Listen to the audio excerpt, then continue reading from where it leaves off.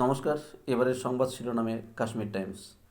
1954 সালে বেদ ভাসিনের হাত ধরে কাশ্মীর টাইমস এর সাপ্তাহিক পথ চলা শুরু হয়। পরবর্তীকালে 1964 সাল থেকে এটি দৈনিক সংবাদপত্র রূপে প্রকাশ হতে থাকে। বর্তমানকালে এই সংবাদ মাধ্যমের বিরুদ্ধে একটি এফআইআর দায়ের করা হয়েছে।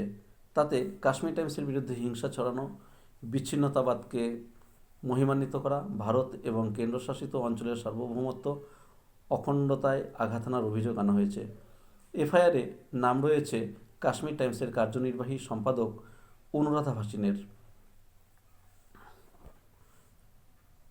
সংবাদ মাধ্যম কাশ্মীর টাইমসের জম্মু দপ্তরে তল্লাশি চালিয়ে কাশ্মীর পুলিশের রাজ্য তদন্তকারী সংস্থা এসআইএ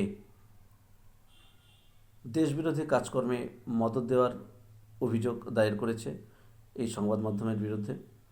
দপ্তরে তল্লাশি চালিয়ে AK-47 কার্তুজ, পিস্তল রাউন্ডস এবং 3টি গ্রেনেড উদ্ধার করা হয়েছে। যদিও সংবাদ মাধ্যম জানিয়েছে যে তাদের বিরুদ্ধে এ ধরনের অভিযোগ ভিত্তিহীন।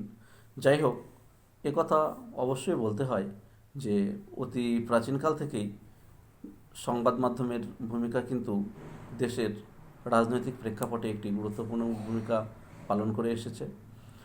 যখন প্রথম বিশ্বযুদ্ধ শুরু হয় তার পূর্বে সংবাদপত্রগুলি মিথ্যা মুখরোচক সংবাদ পরিবেশন করে সমগ্র পৃথিবীকে মহাসমরে পরিণত করেছিল। এই কাশ্মীর টাইমসও যদি তারই একটি অঙ্গ হয়ে দাঁড়ায়, তবে ভবিষ্যতে কিন্তু অন্ধকারের দিশা সংবাদপত্রের উপরে অবশ্যই নেমে আসবে।